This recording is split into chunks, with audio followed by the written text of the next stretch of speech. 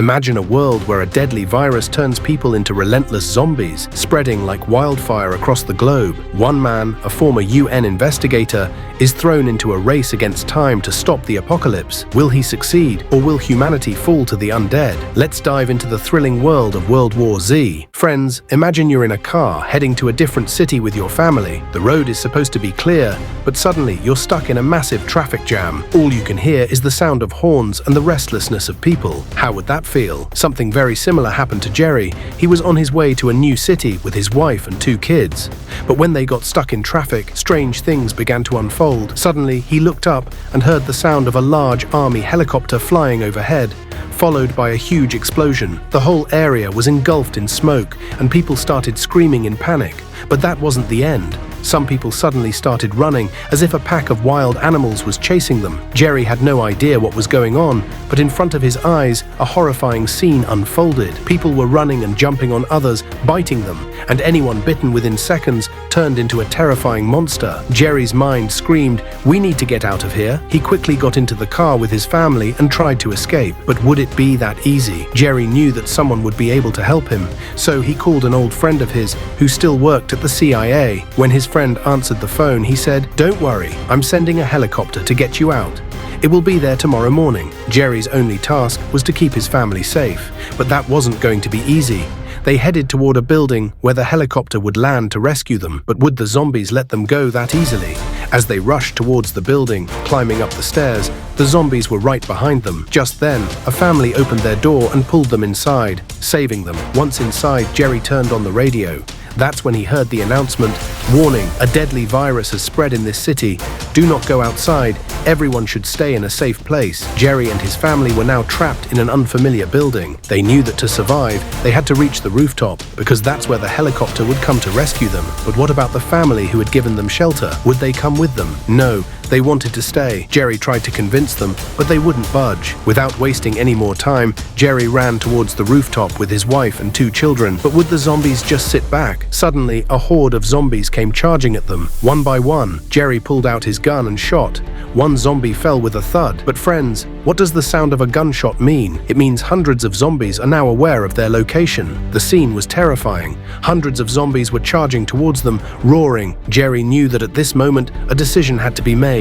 He shouted, "You go ahead, I'll catch up." But just then, a terrifying zombie lunged at Jerry. It was going to bite him. Right at that moment, a shadow leaped into the fray. Who could it be? That little boy, the one who had sheltered Jerry and his family.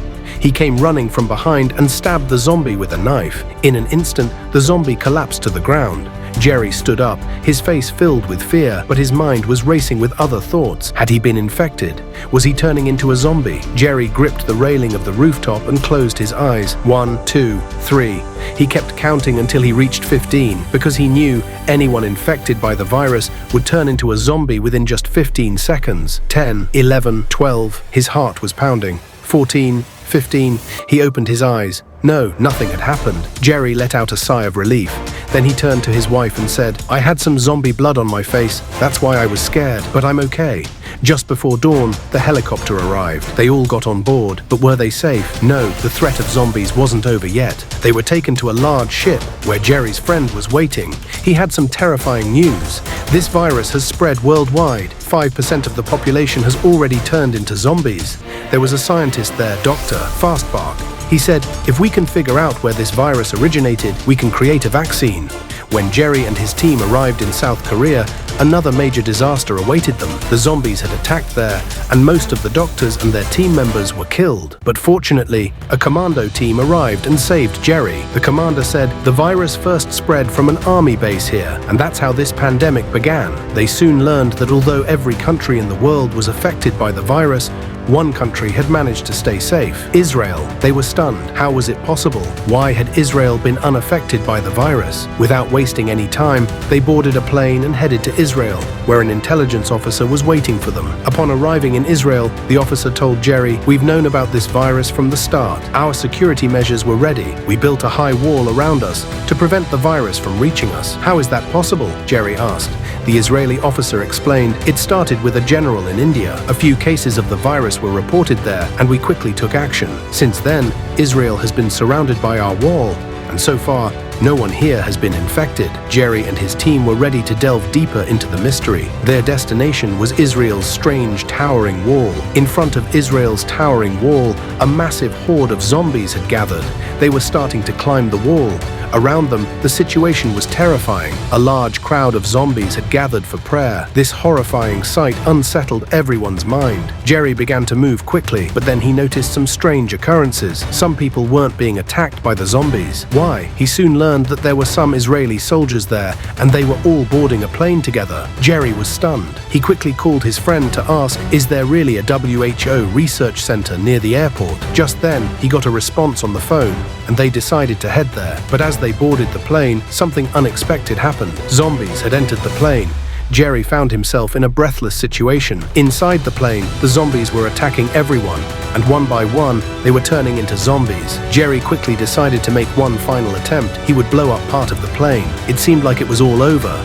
The plane was completely destroyed, but miraculously, Jerry and one officer survived. Both of them managed to reach the WHO research center, but upon arrival, Jerry lost consciousness. Meanwhile, Jerry's family was evacuated from the ship as there was no other way for them to stay. 3 days later, when Jerry regained consciousness, he realized he was tied up. After identifying himself, the research team untied his hands. But then, Jerry delivered a crucial message. If you can learn anything about the zombie virus from what I know, then you need to help us to save ourselves. At the WHO Research Center, a doctor said, bacteria can do some good, but when tested on zombies, it doesn't work. Jerry then said, but I've noticed the zombies don't attack sick people. The doctors were astonished. They had assumed that the virus only affected healthy bodies. Jerry explained, so we can't spread the virus by making everyone sick. We need something in our bodies that will harm the zombies without affecting us. The doctors said, we have plenty of viral bacteria, but it's stored in a warehouse. However, it's also been infected by zombies. Now the only solution was to go to their warehouse and collect samples of the virus. Jerry and his two companions bravely entered the room. While collecting the virus samples, suddenly a zombie appeared at the door. What would they do? With no other option, Jerry injected himself with a sample of the virus. After a moment, he opened the door and stepped out, and to his surprise, the zombie didn't attack him. Jerry realized he was now safe among the zombies. In this way, Jerry and his team spread the virus bacteria worldwide, completely eradicating the zombies from the entire planet. That was the moment when the Earth was freed again, and then the story came to an end. As you all know, these moments become immortal. So if you enjoyed this story, make sure to like it, because through this unique adventure, we can all learn something.